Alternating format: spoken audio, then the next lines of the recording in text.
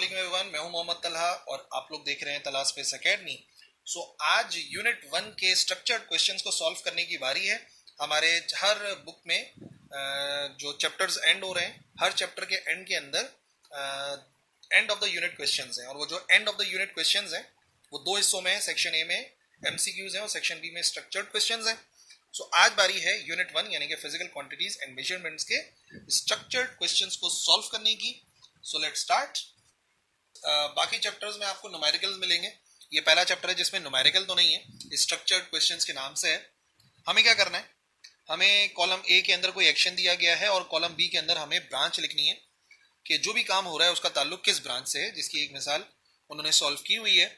Cooking barbecue, barbecue का बनाना फिर से किस ब्रांच से ताल्लुक रखता है, क्योंकि बारबेक्यू में हीट इस्तेमाल हो रही है तो उसका मेजर ताल्लुक जो है वो थर्मोडायनेमिक्स से है। कभी कभार किसी एक चीज का ताल्लुक एक ज्यादा ब्रांचेस से भी हो सकता है, तो जो करीब हो वो वाली लिख देना। टर्निंग द बल्ब ऑन, जो बल्ब को हम ऑन करते हैं उसका ताल्लुक किस ब्रांच से है, उसका ताल्लुक होता है इलेक्ट्रिसिटी से। बल्ब को ऑन करना बेसिकली फिर चार्जेस फ्लो करते हैं, इलेक्ट्रिसिटी से ताल्लुक है। राइडिंग अ बाईसाइकिल, बाईसाइकिल को मूव कराना, मूव कराने का मतलब उसका ताल्लुक फिर से किस ब्रांच से है, उसका ताल्लुक है मैकेनिक्स के साथ, इस वजह से आ जाएगा मैकेनिक्स।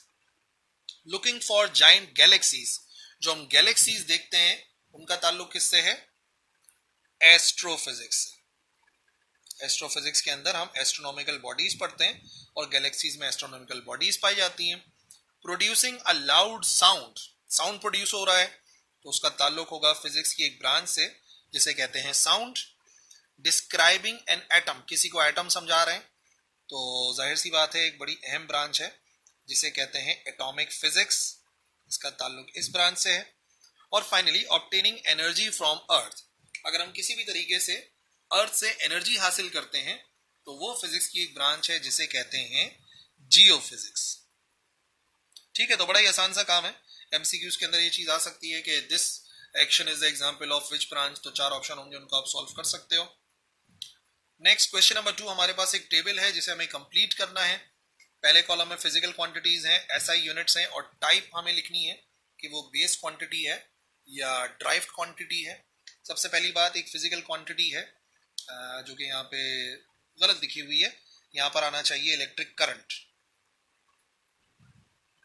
तो जो इलेक्ट्रिक करंट है उसका एसआई यूनिट क्या होता है, उसका एसआई यूनिट होता है एम्पियर, जिसको ए से भी शो कर सकते हैं। और टाइप कौन सी है इसकी, it is a base quantity, ठीक है ना, बेसिक क्वांटिटी है ये। मीटर क्यूब किस चीज का यूनिट होता है, मीटर क्यूब यूनिट होता है वॉल्यूम का। ड्राइव क्वांटिटीज में पढ़ते हैं हम लोग, और जब ड्राइव में पढ़ते हैं तो इधर भी आना चाहिए, it is a drive quantity. फिर सेकंड, सेकंड किस चीज का यूनिट है, सेकंड है टाइम का यूनिट, टाइम एक बेसिक क्वांटिटी है, सही हो गई बात। टेम्परेचर, टेम्परेचर का एसआई यूनिट है केल्विन, जो कि बेस क्वांटिटी है। फिर एक क्वांटिटी है जिसका यूनिट होता है न्यूटन, न्यूटन है तो वो यूनिट होता है फोर्स का, ये भी हमने ड्राइव क्वांटिटी में पढ़ा था, और ड्राइव क्वांटिटी में पढ़ा था तो वो वही आ जाएगा कि it is a drive quantity. Density kilogram पर मीटर क्यूब, डेंसिटी भी एक ड्राइव क्वांटिटी है तो इधर भी आ जाएगा ड्राइव क्वांटिटी।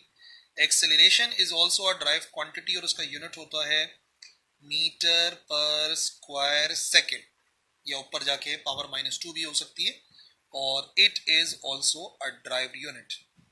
जो फंडामेंटल यूनिट्स हैं वो तो आपको पता है, जो बेस यूनिट्स हैं वो तो है ही 7 टोटल, तो ड्राइव्ड के आने के चांसेस जरा ज्यादा है। ओके भाई, question number 3, convert the following values. In values को हमें कन्वर्ट करना है, सेंटीमीटर से मीटर में जाना है। ठीक है, तो मैंने आपको सिंपल सी टेक्निक बताई थी, आपने ये देखना है कि आप बड़े यूनिट से छोटे यूनिट की तरफ जा रहे हो, ये स्मॉल यूनिट आ गया, और या छोटे यूनिट से बड़े यूनिट की तरफ जा रहे हो। अगर बड़े यूनिट से छोटे में जाते हैं तो मल्टीप्लाई कराते हैं, छोटे यूनिट से बड़े में जाते हैं तो डिवाइड कराते हैं, एक बात। दूसरी बात, अगर कहीं पर आपको किलो लिखा हुआ नजर आएगा या मिली लिखा हुआ नजर आएगा तो वो जाहिर करेगा 1000 को। कहीं पर अगर आपको सेंटी लिखा हुआ नजर आएगा तो सेंटी शो करता है 100 को। बस इसी से काम चल जाता है, काफी होता है। तो ये आ गया 230 सेंटीमीटर से मीटर में जा रहा है। सेंटीमीटर छोटा यूनिट है, मीटर एक बड़ा यूनिट है। बड़े यूनिट में जाने के लिए क्या करते हैं, डिवाइड करते हैं। पर किस चीज से डिवाइड करते हैं, यहाँ पे किलो, मिली या सेंटी में से क्या लिखा हुआ नजर आ रहा है, सेंटी लिखा हुआ नजर आ रहा है ना। तो हमें सिंपल क्या करना है, 230 को डिवाइड कराना है हमें 100 के साथ। 230 डिवाइड बाय 100 ये बराबर आ जाएगा 2.3 मीटर्स के। बी, ग्राम से जाना है किलोग्राम में, छोटे से जाना है बड़े यूनिट में। छोटे से बड़े यूनिट में जाने के लिए डिवाइड किया जाता है। तो ठीक है, 250 को डिवाइड कराना है, पर किस चीज से डिवाइड करना है, क्या लिखा हुआ नजर आ रहा है, यहाँ पे किलो लिखा हुआ नजर आ रहा है। किलो का मतलब 1000, तो डिवाइडेड बाय 1000 करना पड़ेगा। डिवाइड बाय 1000 करेंगे तो यहाँ का आंसर आ जाएगा 0.25 किलोग्राम, ये मीटर है। ठीक है जी। फिर सी में आ रहा है 0.5 सेकंड में कितने मिली सेकंड होते हैं। मिली का मतलब 1000 और वो छोटा यूनिट है। छोटे यूनिट में जाने के लिए मल्टीप्लाई करते हैं, 0.5 मल्टीप्लाई बाय मिली का मतलब भी 1000, तो कितना आंसर आएगा, आंसर आ जाएगा 500 मिली सेकेंड। एक सेकंड के अंदर, आधे सेकंड के अंदर 500 मिली सेकेंड होते हैं। नेक्स्ट डी, 0.8 मीटर में कितने मिलीमीटर होते हैं। मीटर बड़ा क्या मिलीमीटर बड़ा, ऑफ कोर्स मीटर बड़ा है। बड़े से छोटे यूनिट में जाने के लिए मल्टीप्लाई कराते हैं, तो 0.8 को मल्टीप्लाई कराना पड़ेगा। पर 100 से कराएं या 1000 से, तो मिली लिखा हुआ नजर आ रहा है आपको। मिली का मतलब मैंने आपको क्या बताया, 1000। So 0.8 multiply by 1000 it will be equal to 800 millimetres. 0.8 metre में 800 मिलीमीटर होते हैं। ओके, 350 मिली सेकेंड में कितने सेकेंड। मिली सेकेंड छोटा है, सेकेंड बड़ा है। हम जा रहे हैं बड़े यूनिट में। बड़े यूनिट में जाने के लिए करते हैं डिवाइड, पर किस चीज से डिवाइड कराएं, मिली लिखा हुआ नजर आ रहा है। मिली का मतलब होता है 1000। 350 डिवाइड बाय 1000 ये हो जाएगा 0.35 seconds. And finally F 1.2 kilogram में है कितने ग्राम। किलोग्राम बड़ा यूनिट है, ग्राम छोटा यूनिट है। बड़े यूनिट से छोटे यूनिट में जाने के लिए मल्टीप्लाई करते हैं, तो 1.2 को मल्टीप्लाई करना पड़ेगा। पर किस चीज से, किलो लिखा हुआ नजर आ रहा है तो आपको 1000 से मल्टीप्लाई करना पड़ेगा, तो ये हो जाएगा 1200 ग्राम। ठीक है ना। 1.2 किलोग्राम के अंदर 1200 ग्राम पाए जाते हैं। ठीक है जी। स्ट्रक्चर्ड क्वेश्चन का क्वेश्चन नंबर 4 देखते हैं। एक इंजीनियर मेजर करता है width of an aluminium sheet. एक एल्यूमिनियम शीट की विड्थ को नापता है वर्नियर कैलिपर की मदद से। What is the measurement of the width of the aluminium sheet, जो है उसकी आपने विड्थ बतानी है। तो देखो रीडिंग सिंपल सी लिखी हुई नजर आ रही है। सबसे पहली बात यह है कि मेन स्केल रीडिंग कैसे देखते हैं। मेन स्केल रीडिंग में देखते हैं जीरो कहां तक पहुंच चुका है। तो उसने क्रॉस कर लिया है 3.9 को, अगली लाइन 4 वाली आ रही है, मेन स्केल रीडिंग हो जाएगी 3.9। फिर वर्नियर स्केल रीडिंग देखते हैं, बेस्ट कॉन्साइड देखते हैं। तो पहली वाली लाइन ही बेस्ट कॉन्साइड हो रही है, जीरो के बाद वाली ना, 1 वाली। तो 1 उसकी रीडिंग है, जिसको उसके लीस्ट काउंट से मल्टीप्लाई करना पड़ेगा 0.01 से। आंसर आ जाएगा 0.01। तो कंप्लीट आंसर क्या आएगा ऐड करने पे, 3.9 को 0.01 में ऐड करो, ये हो जाएगा 3.91 सेंटीमीटर। तो हम यहाँ पे लिख देंगे 3.91। अच्छा, सेंटीमीटर मैंने इस वजह से कहा है क्योंकि आमतौर पे सेंटीमीटर में ही वर्नियर कैलिपर की रीडिंग होती है, बट अगर क्वेश्चन में मिलीमीटर में गिवन हो तो आपका आंसर मिलीमीटर में आ जाएगा। ठीक है ना। कोई न्यूमेरिकल नहीं था इतना लंबा चौड़ा, तो मैंने बोला यहीं पर ही सॉल्व कर दें, वरना अलग से पेज पे भी सॉल्व कर सकते हो।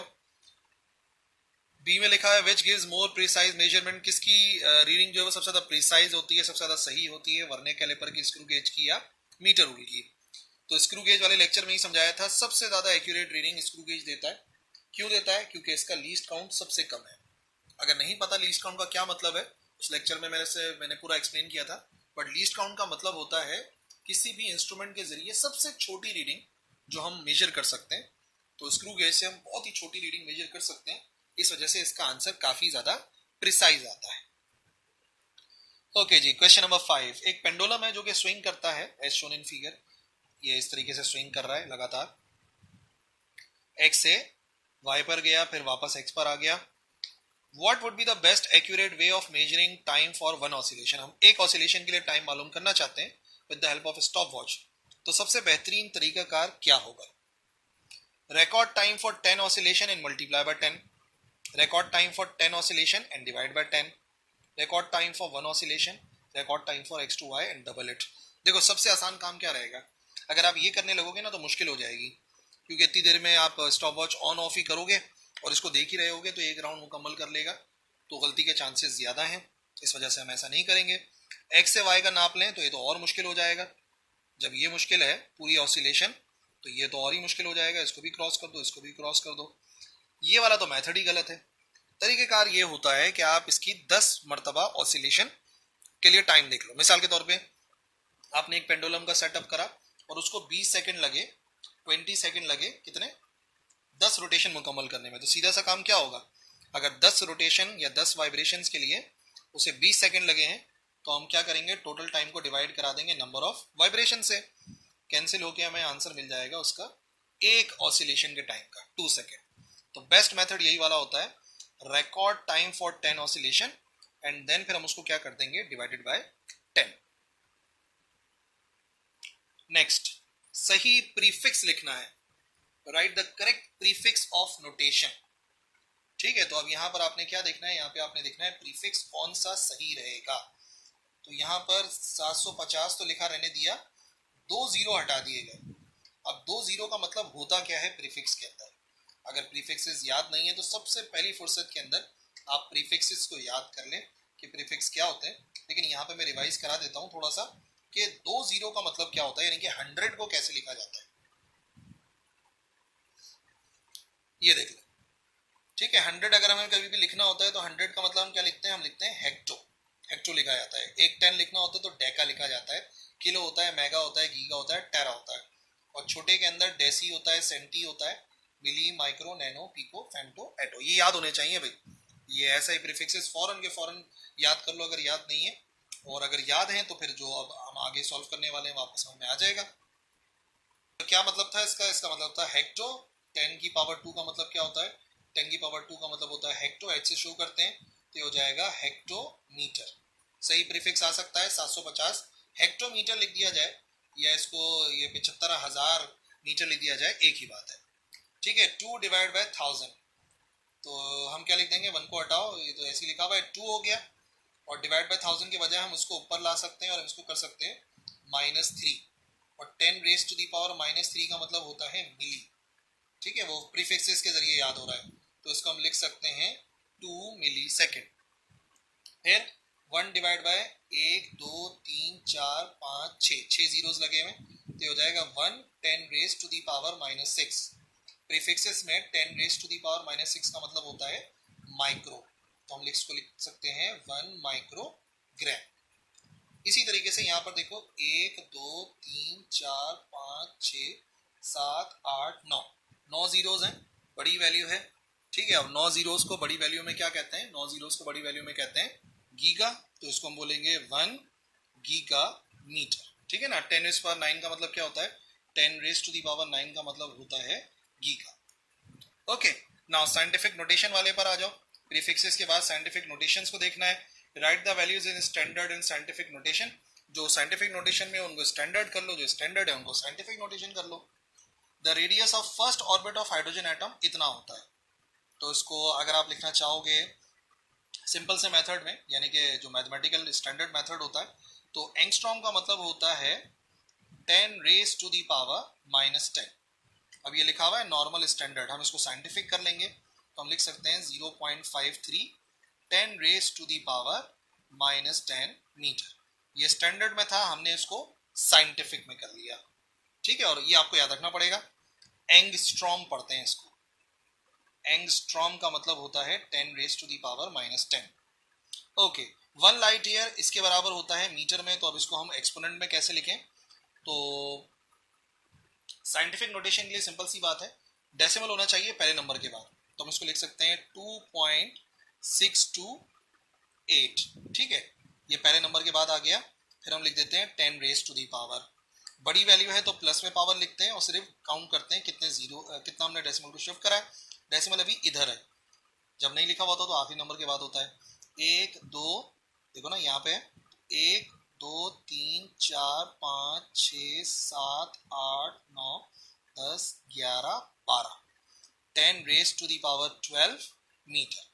ये भी स्टैंडर्ड में था, हमने इसको साइंटिफिक नोटेशन में कर लिया। सी जो है ये साइंटिफिक नोटेशन में, इसको स्टैंडर्ड में करना है। पावर -4 है, छोटी वैल्यू है, डेसिमल को लेफ्ट पे ले जाना पड़ेगा। तो 1 2 3 2 7 टॉर, प्रेशर का यूनिट होता है टॉर, ठीक है ना। देखो 4 प्लेसेस शिफ्ट करा, यहाँ पे डेसिमल लगा हुआ था 2 के बाद, तो 1 2 3 4, छोटी वैल्यू है ना, 10⁻⁴ लिखा हुआ है, तो लेफ्ट के ऊपर भेजना पड़ेगा ताकि वैल्यू छोटी हो जाए। ठीक है जी, ये सब कुछ एक्सप्लेन किया हुआ है हमारे साइंटिफिक नोटेशन वाले लेक्चर के अंदर, नहीं देखा तो देख सकते हो जाके। A wooden piece is made in different shapes, take length इतनी है, रेडियस इतना है, calculate the volume as a sphere, cube, cylinder, pyramid and cylinder। अच्छा सिलेंडर 2 बार आ गया, इसको छोड़ो। अगर तो एक हमारे पास वुडन पीस है जिसकी लेंथ और रेडियस दोनों 2 2 के बराबर हैं, तो बताइए स्फीयर का कितना होगा, वॉल्यूम क्यूब का कितना होगा, सिलेंडर का कितना होगा और पैरामिड का कितना होगा। तो स्टार्ट करते हैं इसको सॉल्व करना। Question number 8। सबसे पहली बात ये कि जो हमें डेटा के अंदर गिवन है वो दो बातें हैं, एक तो लेंथ और रेडियस दोनों के दोनों हमें किसके बराबर गिवन है, वो हमें गिवन है बराबर 2 मीटर के, तो ये हो गया 2 मीटर। ठीक है, और मालूम क्या करना है, हमें वॉल्यूम मालूम करना है चारों केसेस के अंदर, तो हर एक केस के लिए लिखने की जरूरत नहीं है, एक ही बहुत है। फॉर्मूले सबके अलग अलग हैं, सोल्यूशन देखना पड़ेगा। सबसे पहली बात, अगर मैं बात करता हूँ ए वाले पार्ट की, स्फीयर की, तो फॉर्मूला याद रखना है वॉल्यूम का। स्फीयर के वॉल्यूम का फॉर्मूला होता है V = 4/3 पाई आर क्यूब।